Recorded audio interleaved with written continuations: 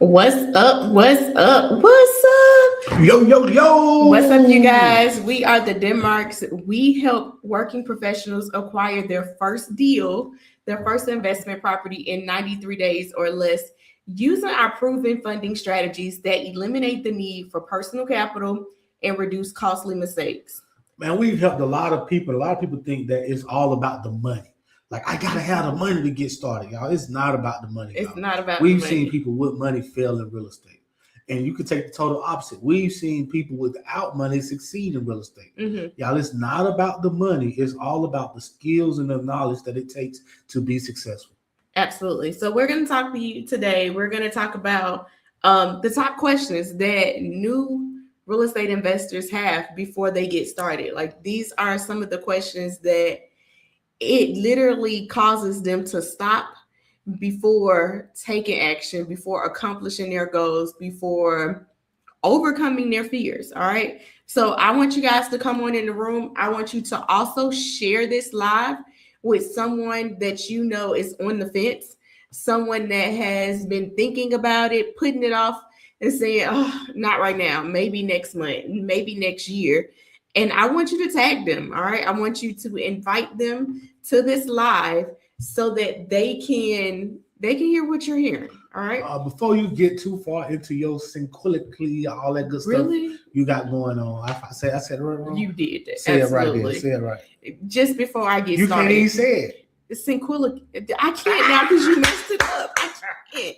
You just messed it up for me. First thing I want to do is tell everybody thank you for the birthday wishes, man. I was trying to respond to all of them, but it is a lot of them. All right. But I just want to say you got a lot of birthday wishes? I did get a lot of birthday wishes. It's one post. I can't even find the post. It got like 60 comments on it. Oh my goodness. So you better go tell everybody. I'm trying to. But I do want to tell everybody thank you for the love. I appreciate it.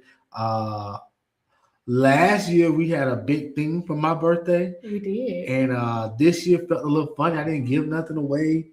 I didn't bless nobody with no money, so it felt a little funny. I was wondering if you were gonna do something because you felt some kind of way, even with our friends asking you for your cash app, and you was like, "Nope, I don't." Nope. Like, I'm wired a different way. I am a giver.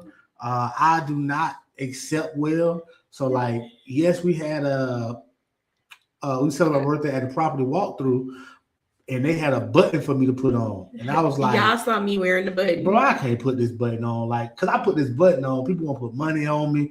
And I'm not that type of guy, man. Like, I want to give you something before I take something from you. That's so sweet and something. It was just uncomfortable. But I do want to say thank you for the wishes. Absolutely. Y'all, real quick before we go in, Tonio is the same person every year, y'all. Everybody's always like, what are you going to do for his birthday? The same thing I did last year for his birthday. But actually, last year was actually bigger for your birthday. So I was able to do that. But normally, no, it's the same exact thing every year because that's honestly what he appreciates. That's what I like, man. So when it's my time and I'm gone, when y'all celebrate Mr. Denmark on his birthday, you need to have a big crab boil. That's right. Everybody eat crabs and enjoy themselves and live their life. And then go to Cheesecake Factory. Gotta go to Cheesecake and gotta get you a red velvet cheesecake. Yeah, I'm talking about for the last. That's a birthday, man. I don't even know how many years since 2008. A lot. Since 2009, I would say. Since 2009, Tonio has had the same birthday. Yep. The same. Crabs, cheesecake. I tried to do something a little different. I was thinking of some steak because I'm kind of starting to like steak a little bit more with my wife because she loves steak. So I'm kind of eating some higher end steak sometimes. And I'm like, I kind of like that. But I could not get steak and seafood the way I wanted it. Because the steak places are not selling a crab boil. Like, what we doing? So in the end, I just went on, got me a crab boil, and I get a steak another day. Absolutely. All right, let's do it. Are you guys ready to know the top questions that new real estate investors have before starting? Just for the people who don't know, this comes from our free ebook, the top 50 questions new investors need to know. So if you don't have that, make sure you drop 50 in the chat. We can send that over to you in your DM. It's a free ebook. If you're getting started, it's a great place to start. Absolutely. So type 50 in the chat and let's do it. Let's go. All right. The top 50 questions and answers that new real estate investors have. All right. So the questions all range from these categories. All right. New investors want to know, all right, how do I get started in real estate? How do I find a deal so that I know I have a deal? What type of funding and how does my finances need to look in order to invest in real estate? When it comes to rehabbing and construction, like how do I find contractors? How do I rehab it? What are my exit strategies should be? Should I Airbnb it? Should I owner finance it? Should I lease option it? What should I do? Should I flip it? What type of exit strategy should I do for this deal? Should I do it with a partner? Should I do it without a partner? Do I use business credit? How do I scale? What systems? What teams? Oh my gosh, I'm scared. What do I do? How do I build a legacy? Like, these are typically the questions that we get asked all the time. All right. And the one thing I want to say is that these questions aren't necessarily theory questions, meaning that we've done over 200 deals ourselves. We've helped over 100 people get their own first deal. These are the things that our students had to know. And these are the consistent things that they ask. So we decided to put it in a book and give it to the people. Absolutely. All right. So one of the questions is, when should I quit my job for real estate full time? I have a dream to do real estate full time. Come over, Antonio. I have a dream to do real estate full time. I know it is what I'm supposed to do, but I don't know when I should let my 9-to-5 go so that I can do real estate full time. I got a better one. Same umbrella. Same scenario. Okay. I've done 4 or 5 deals successful. I'm feeling myself, man. I got my money up a little bit. Like, is it time for me to quit? Yeah, because I've got maybe 6 months of reserves. I got 6 months of reserve, man. I'm ready to go for it, Mr. DeMar, man. Yeah. I don't follow the system, and it's go time, man. I'm ready to let this 9-to-5 go. So my advice to you would be, make sure you have money coming in, passive income, not that lump sum that you got from a flip or a wholesale deal, but have passive income that's coming in that is going to cover your expenses. All right. Because you can run through a lump sum quickly. All right. And just to clearly define, what is passive income, Mr. DeMar? Okay. Passive income is you scooting over when I'm trying to get you in the frame. You pushing me over. No, look at your hand. Look. No, I'm pushing you okay, back. Do it Come again. back. Do it again. You pushing me, bro. I didn't. You started inching you away. pushing me. You keep doing that. That's not me. That's I my want hips. you. That's my hip. Man, get out of here. All right, listen. I forgot what I was gonna say. What is passive income? Passive income. Passive income is income that you generate whether you work or not. That's passive income. If you have rental properties, that money generates whether you work or not. If you have dividends, that money generates. What's some more passive income, Ashley? Say you have investments where you lend out money to people. That's passive income. You may have a business that has passive income, or maybe a partner on a business that's paying you passive income. Or like they call them REITs, whatever the hell they call it. But like, that's passive income. If you gotta wake up and go find a deal, manage the rehab, talk to the tenant, like, I don't consider that passive income for real. Like, so just because you got cash does not mean quit your job, young people. Agree. I'm telling you, stay on that job. Let that job continue to fund your dream. You don't leave that job until that passive income covers at a minimum your base expenses. But in an ideal world, I want that passive income to bring in just as much as that 9-to-5. All right. Just because you've done a few successful deals does not mean quit your job. Like, I'm telling you now, we have students and people up under us that makes $200,000 a year. They are still doing real estate as a side hustle. They are making good money doing real estate as a side hustle. Understand that we all know the big goal is generational wealth. But also a goal is to make sure we got something to fall back on Right. just in case something happens at that 9 to 5. So don't be so quick to just leave it. Let it fund your dreams. Let it fund what you got going on. All right. Because real estate investing is risky. Just because you did 3 or 4 good deals, that don't mean that 5th deal won't be trouble. Absolutely. That don't mean you might run into some headaches. So understand that just because you got lump sums of cash does not mean leave your job, man. And anyways, on your job, you find great deals. You find great business partners. Like you find all type of things that you need to grow your business on the side. Absolutely. So to answer that question, not until you have passive income coming in that covers your living expenses. All right. The next question that we get is, how do I scale from 1 property to 10 properties? Like, at what point is it okay for me to scale? All right.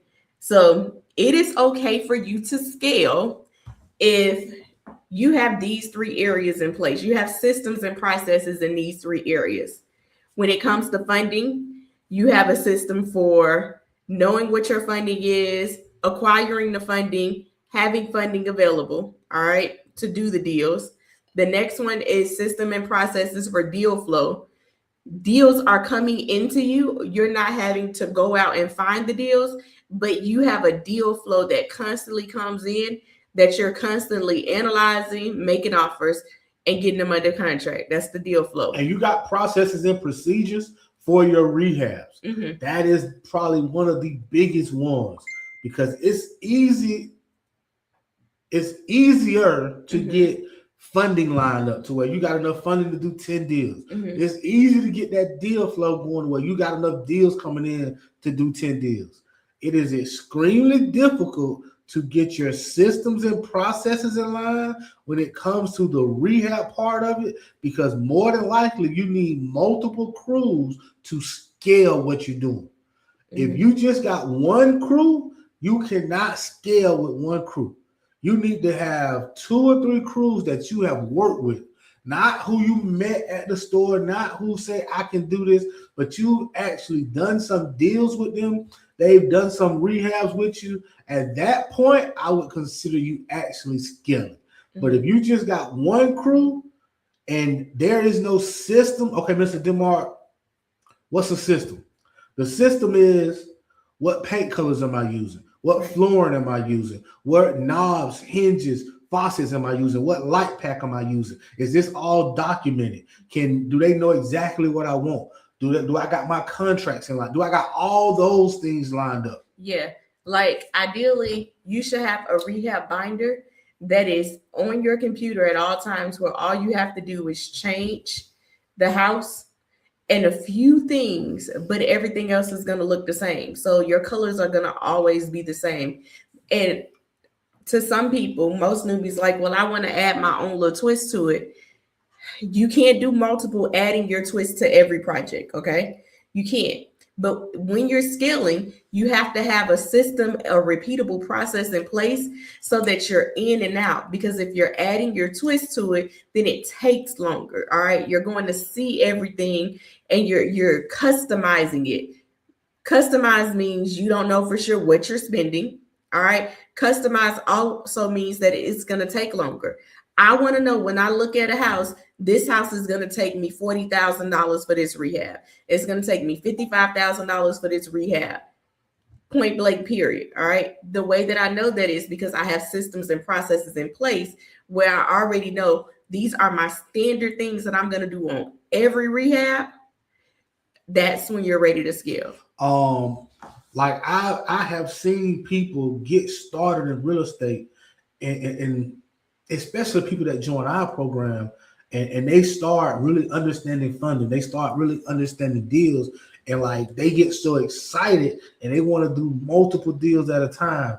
And like we constantly got to tell people like, hey, slow down. Like until you have went through some cycles and you got all these things outlined, slow down, because you get into 2 or 3 projects at one time and something don't go right, it can really cause a bad situation with you and your household. Mm-hmm. All right. So that's one of the things I would definitely say. Don't be so fast to try and scale. Make sure you got all these things in place as far as your funding, as far as how you're going to acquire deals, as far as your rehab in place. Absolutely. For those of you who are just joining us, make sure you drop 50 in the chat. 50 is going to allow you to get access to our free ebook. That ebook is the top 50 questions that new investors have before investing in real estate. All right. So absolutely free. We're going over a few of the topics in this live right now. But if you would like the entire book, drop 50 in the chat and we'll send it over to you. All right. So we talked about how do I scale. The next question. Can you go back and go over the question we went over already? Okay. So we talked about how do I scale from 1 property to 10. Then the question before that was, when should I quit my job for real estate full time? All right. Go. I had to go backwards like that. You know how my brain is. Right, go, bro. Go, bro. All right. Third question is, should I partner on my first deal? Should I partner on my first deal? All right. So, yes, if you can partner on your first deal, absolutely partner on your first deal. All right. Partnering helps you identify the things that you don't know. It helps you ask questions. It helps you see the rehab in its entirety from start to finish. Because a lot of people don't invest in real estate because they are unsure on exactly what's step 1, what's step 2, what's step 3. All right. So partnering helps you identify what those steps are. What I would add to that is, if you're not going to partner with somebody on your first deal, the minimum thing you can do is buy a mentor. Join a mentorship, get some coaching.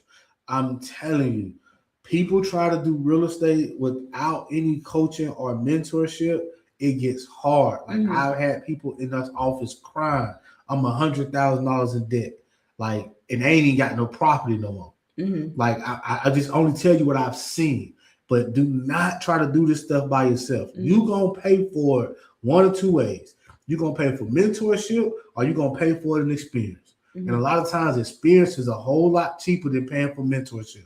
Wait, mentorship is a whole lot cheaper than paying for experience. You just said the same thing backwards. You I said experience is a whole lot cheaper than paying for mentorship. That's not true.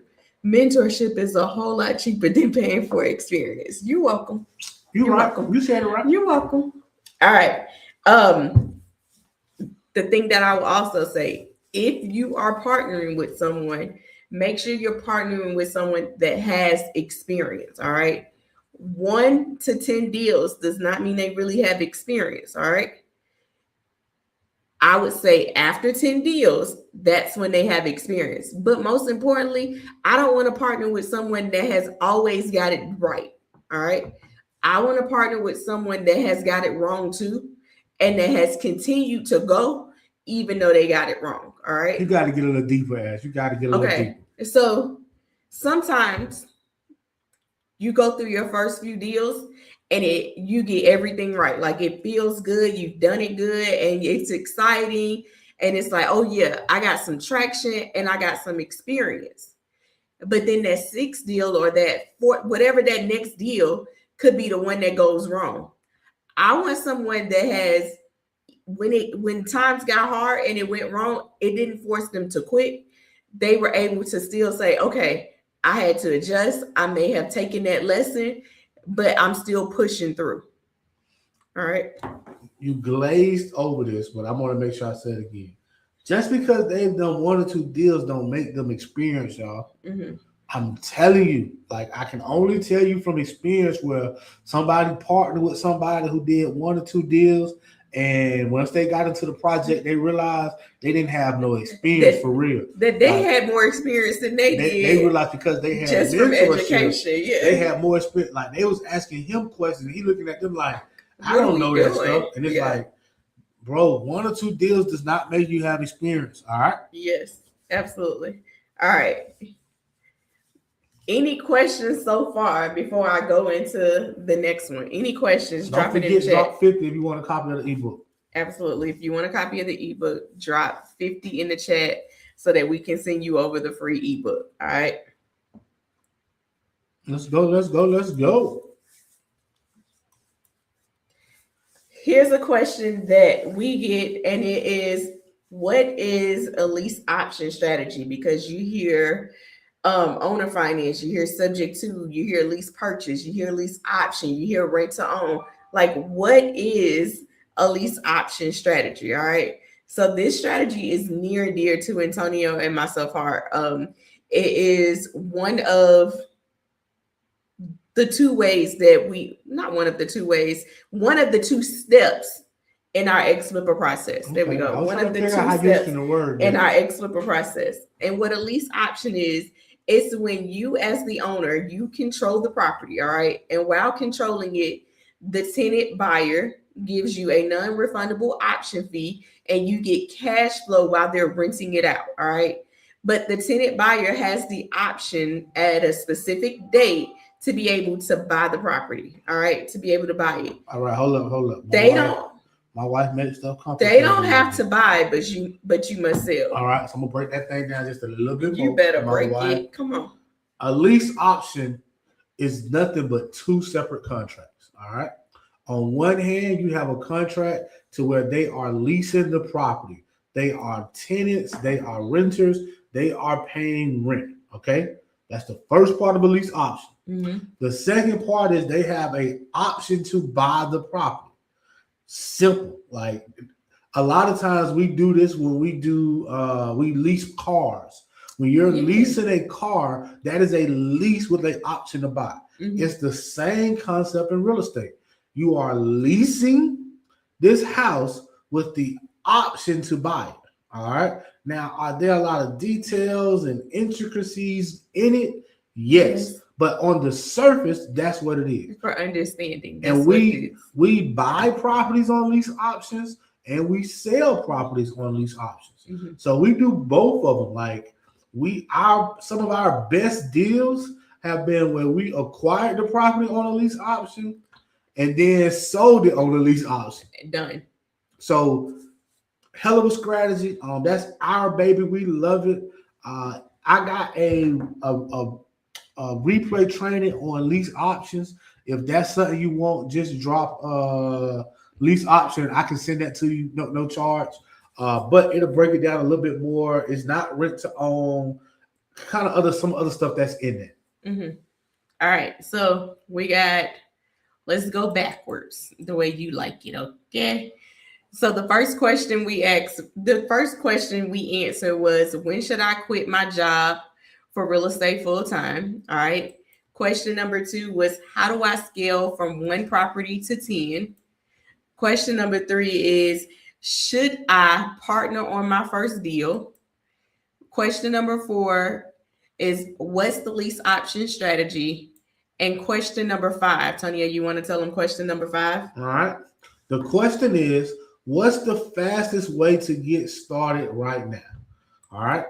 The fastest way. I thought you go. You got it going on. The fastest way to get started is getting in the room, y'all. There is magic in the room. All right. So when I say there's magic in the room, joining your local meetups. All right. Making sure you are a part of a community that is growing and feeding you so that you're able to do real estate more, so that you're able to face your fears, so that you're able to conquer your dreams. All right. Getting in the room is not just virtually. All right. I need you to get in rooms. I need you to rub. There we go. I need you to rub some shoulders, rub some elbows. Shake babies. That's right. That's what we need you to do. All right. You want people, when they see your name on social media, to be able to put a face with the name, to be able to put a personality with the name, and to know, oh my goodness, all right, I need to send him more deals. I need to send her more deals because I love their personality. I love their go-getter spirit. Like, you want people to really get to know you. You want to network so that you can get more deals. All right. You don't get that deal flow coincidental. All right. You get that deal flow by getting in the rooms virtually and in person. All right. The one thing I would definitely want to add to it is when you are going to these type of events, don't just go be a taker. Mm-hmm. All right. Try to be a giver. Try to add value to somebody. Try to see who you can connect somebody with to make them help them get to the next level. Like you don't have to go in always looking to just take. Go in looking to see how can you help somebody. What are you struggling with? Are you struggling with funding? Hey, I know some people that do funding. Go talk to these people. Hey, you need some contractors. Hey, here go 2 or 3 contractors. Like be a master connector, and value will come from that. Absolutely. Here's one trick that Antonio and myself do every time we're in the room. So for those of you who are introverts, this works perfect for those people who are introverts. We always, before we go in the room, we identify one thing that we want to get from tonight. All right. From today, whatever that room is. And we'll say, okay, what's the one thing we want to get from today? So let's say I don't have an electrician. All right. And that's the one thing that I want to have. Maybe I really don't have any contractors, but I can't go in the room asking for my entire power team. All right. Pick one. Okay. Uno. Pick one. Electrician is going to be our one. All right. We're acting like we're in the room. We are going to make sure that when someone says, what are you looking for tonight in the room? You know what? I am really in need of an electrician. The reason why one is so powerful and not my entire power team is no one wants to hand you over with you doing no work, their entire power team for free. Okay. Because they did work developing that power team. They built relationships developing that power team, but they're okay with handing one at a time. All right. So don't go there trying to get and grab everything. Go there looking for one thing. All right. One thing, not 8, not 10, one. And watch how you come out with maybe 3 or 4 electricians that you can use. And then the next time they have something else, you get one more thing. But add value as you're getting your one thing. Don't be a taker, be a giver. Give them something, connect them with someone. If you talk to someone long enough, you'll find out exactly why you're able to talk to them and how you can help them. But you got to listen. All right. You got to listen and talk.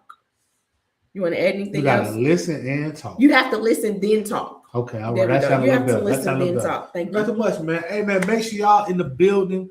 We're gonna be at City Club in Birmingham, Alabama, on March 19th. We're gonna have a workshop on March 21st on that Saturday.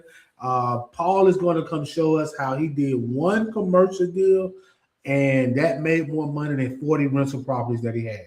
Mm-hmm.